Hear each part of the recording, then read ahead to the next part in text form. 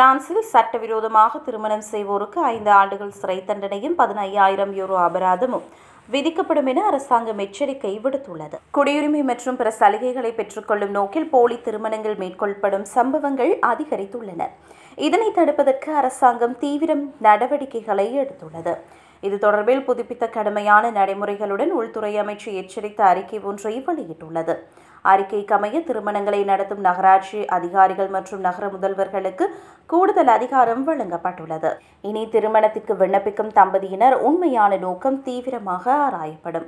விண்ணப்பிக்கும் தம்பதியினரிடம் கூட்டாக விசாரணை நடத்தப்படும். அதிகாரிகளுக்கு சந்தேகம் ஏற்பட்டால் இருவரிடமும் தனித்தனியாகவும் விசாரணை நடத்தப்படும். தம்பதியினரின் நோக்கத்தில் சந்தேகம் ஏற்பட்டாலோ அல்லது அது ஒரு போலியான திருமணமாக இருக்கலாம் என்று வலுவான அறிகுறிகள் தென்பட்டாலோ திருமணத்தை உடனடியாக நிறுத்தி வைக்க அதிகாரிகளுக்கு அறிவுறுத்தப்பட்டுள்ளது. சந்தேகம் உறுதியானால் உடனடியாக மாவட்ட அரசு வழக்கறிஞர்களுக்கு தகவல் தெரிவிக்க வேண்டும். குறிப்பாக வதிவிட அனுமதி இல்லாமல் நாட்டில் தங்கியிருப்பவர்களின் திருமண விண்ணப்பங்கள் மீது சிறப்பு கவனம் செலுத்தப்படும் என்றும் அந்த சுற்றறிக்கையில் குறிப்பிடப்பட்டுள்ளது. பிரான்சில் போலி திருமணங்களின் எண்ணிக்கை கடந்த தசாப்தத்தில் கணிசமாக உயர்ந்துள்ளது.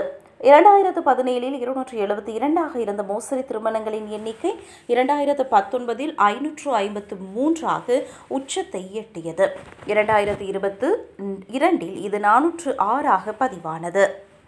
பிரான்சில் ஆண்டுதோறும் சுமார் 2,47,000 திருமணங்கள் நடைபெறுகின்றன. வதிவிட அனுமதி பெறுவதற்கான போலி திருமணம் செய்வது நிரூபிக்கப்பட்டால் சம்பந்தப்பட்டவர்களுக்கு கடுமையான தண்டனை விதிக்கப்படும் என உள்துறை அமைச்சு விடுத்துள்ள அறிக்கையில் குறிப்பிடப்பட்டுள்ளது.